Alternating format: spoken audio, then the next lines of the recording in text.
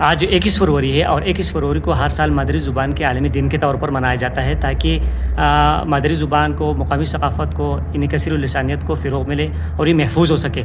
सबसे पहले ये इनिशिएटिव मशरक़ी पाकिस्तान मौजूदा बांग्लादेश ने 1952 में लिया था और उसको यूनेस्को ने 1999 में आगे बढ़ाया और अक़वाम मुत्तहिदा ने 2002 में उसको एडॉप्ट किया। इस वक़्त पूरी दुनिया में 7000 ज़ुबानें तकरीबन बोली जाती है, लेकिन उसमें बहुत ही से कमी आती जा रही है क्योंकि हम लोग उस तरफ मुतवज्जे नहीं हैं। उसका एक ही हल है कि कम से कम 5 जमात तक अगर हो सके तो 8 जमात तक तालीम बच्चों को मादरी ज़ुबान में दी जाए। उसके 2 फ़ायदे हैं। एक ये है कि बच्चे आसानी से समझ जाते हैं मादरी ज़ुबान में तालीम हासिल करते हुए, और दूसरा फ़ायदा ये है कि मुकामी ज़ुबान, मादरी ज़ुबान और मुकामी सकाफ़त को, यानी मल्टीलिंगुअलिज़्म को, यानी कसीरुल लिसानियत को हम बेहतर तरीके से महफूज़ कर सकेंगे। शुक्रिया।